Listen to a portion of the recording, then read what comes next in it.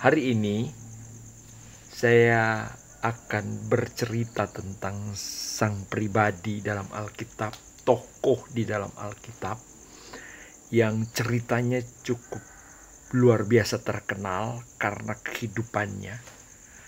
Siapa yang akan saya ceritakan? Yaitu cerita dalam Perjanjian Lama yang namanya Ayub.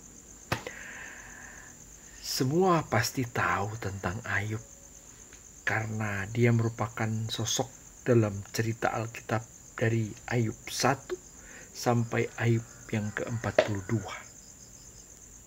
Dia adalah pribadi yang cukup dikenal.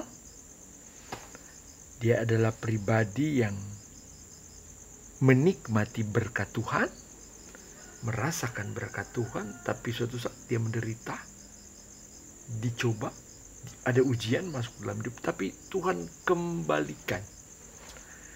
Dan perjalanan Ayub,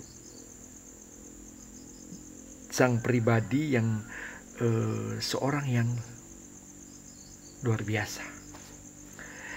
Yang pertama itu Ayub begini, dia seorang yang benar dan kaya. Benar itu seperti apa? Jadi Alkitab tulis begini, dia orang yang sangat saleh dan takut akan Allah. Dan dia tinggal di daerah namanya Uz, tanah Uz. Dia sangat diberkati.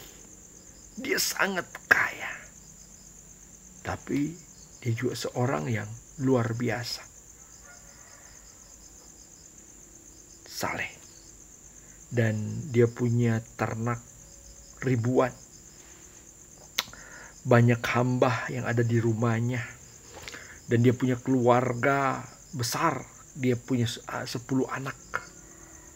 Dan dia dikenal sebagai orang yang tidak ada celah. Dia orang yang jujur. Jadi sulit untuk mendapatkan seorang yang sama seperti Ayub. Apalagi saat-saat pada masa sekarang ini kita mau temukan orang yang saleh dan kaya. Dan ini yang terjadi, yang diceritakan Alkitab. Dan setelah dia punya kekayaan, punya pamor, dia punya kehidupan yang luar biasa, banyak disegani orang. Teman-temannya datang kepada dia karena dia seorang yang kaya. Dan dia masuk pada tahap yang kedua yang namanya ujian. Dalam suatu percakapan di surga, iblis mengatakan kepada Tuhan bahwa Ayub itu hanya setia karena dia diberkati, karena dia kaya. Coba dia nggak kaya, nggak mungkin lah dia setia. Tapi akhirnya terjadi apa?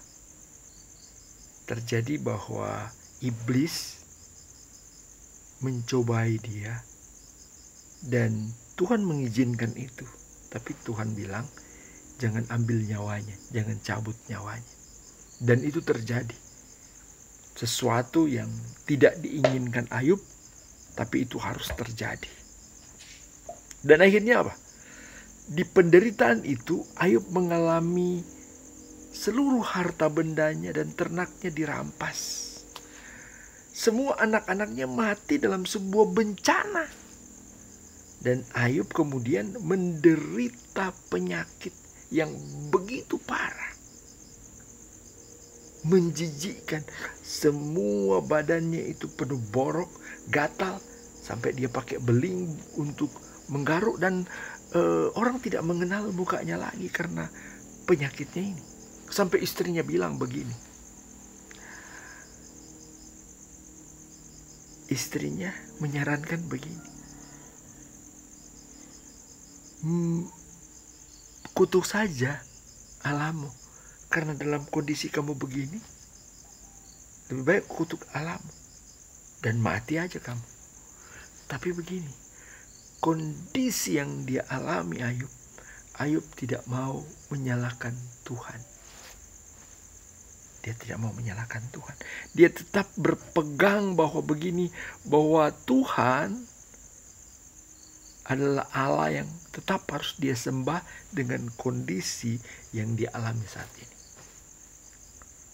Dan 3 sahabat Ayub dalam penderitaannya ini, yang dulunya sering datang juga yang namanya Elifaz, Bildad, dan Sofar, datang untuk menghiburnya.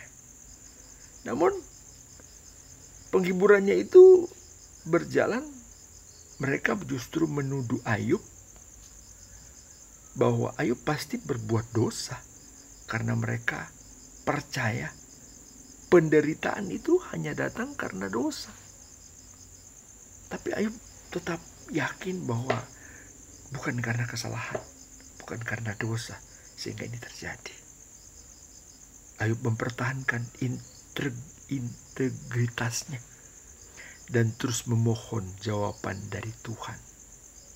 Meskipun begini, dia merasa ditinggalkan dan dia mengerti apa alasannya sehingga dia bisa menderita.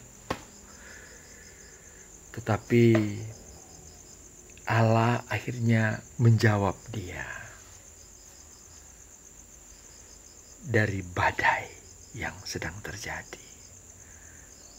Tuhan tidak langsung menjelaskan penderitaan Ayub, tetapi menunjukkan kebesaran dan kebijaksanaannya atas ciptaannya, atas Ayub. Dan Ayub menyadari bahwa manusia tidak selalu bisa memahami rencana ilahi. Itu misteri. Dia tetap percaya bahwa Tuhan baik. Dan tahap berikutnya, setelah Ayub tetap merendahkan diri, setelah Ayub mengakui kebesaran Tuhan, Tuhan memulihkan keadaannya. Jadi di saat kita juga mau tetap rendah diri, rendah hati, hidup dalam Tuhan, tetap setia, Tuhan pulihkan seperti Ayub. Tuhan memberkati Ayub, mengembalikan hartanya. Bukan seperti yang dulu, tapi 2 kali lipat dari yang dulu. Lebih besar kekayaannya. Kalau sekarang kekayaan yang lalu kekayaannya 20, sekarang kekayaannya setelah dipulihkan 40.